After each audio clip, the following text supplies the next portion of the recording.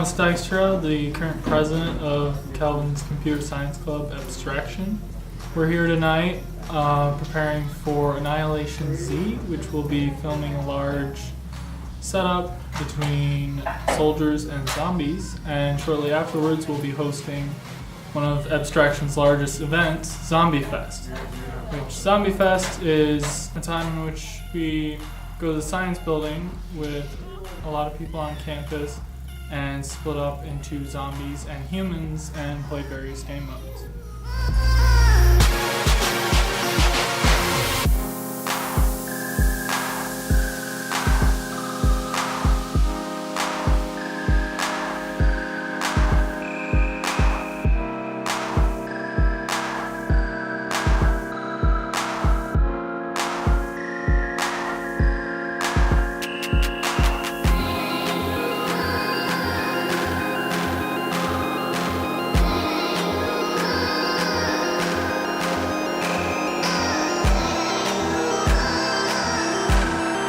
They see me rolling, they hate it.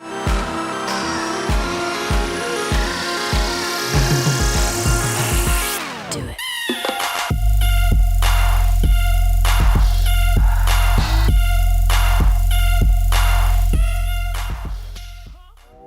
Hi, Oshoma here from SVP. So on Saturday, during our shoots, we had two major problems, which were scheduling and equipment. On the part of scheduling, our actors came in on time, they got into costume, they helped us out to litter the compound so it looked like it was a dystopian future that was like kind of abandoned, and that worked out well. It looks really cool on camera. Then we had a disconnect between when our extras came in, and that's the zombies and soldiers, and when our special effects and makeup artists came in. So there was a bit of a problem there. So what that means is you should try to consider scheduling as a major part of your shoots. You should try to ensure that everybody is there at the exact same time when you need them to be there, so that you can get everything that you need to be done on time, so that you can help push your production to go a bit faster and smoother, so that you don't really cause any problems or issues for your cast or your crew, because they'll all know what's happening and when it's happening. And that's a very important thing when it comes to organizing these kinds of projects. On the part of equipment, we had a lot of issues there. First off was our drone. So we were using the DJI Phantom 1, which uses a GoPro instead of a gimbal, but we couldn't figure out how to get GPS to work. We tried flying it the day before. It didn't work out too well, but then all the lights were blinking properly and everything, so we just figured that it was just like a battery issue. So we charged the battery overnight and hoped that the next day it would actually work, but it didn't, sadly. Another problem was one of our lights broke. We had issues with the Kino flow because it was a windy Michigan afternoon, and so we put sandbags on the Kino, we put everything that we needed to keep it stable, but at the end of the day it ended up falling down and breaking, and we ended up losing one of our bulbs. So that was a problem there. So my advice to you on that note is to ensure that, well, not only should your equipment be ready to go the day before, but you should also make sure that you're able to keep it safe and stable. Another thing is that even though you may have your equipment ready to go and your lights stable and settled, you may also have to deal with temperature, which was a huge issue yesterday. Like I mentioned before, it was cold. So our camera over here, the Blackmagic, as you can see over here that we're using, the Blackmagic 2.5K wasn't working properly because of the cold.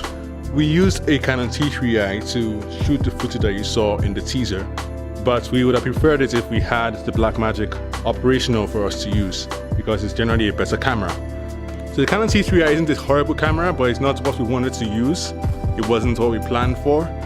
My advice to you is that you check the operating temperature of the devices that you're going to use. It's a very important detail that so many people actually miss out on, especially if you're filming in like a cold area.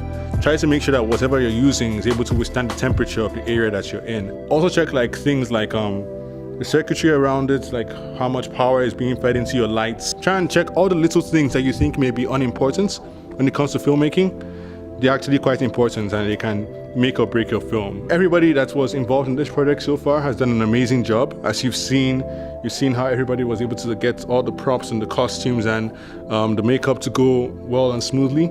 But then issues like this, the small thing can actually ruin the hard work that everybody's put into making it.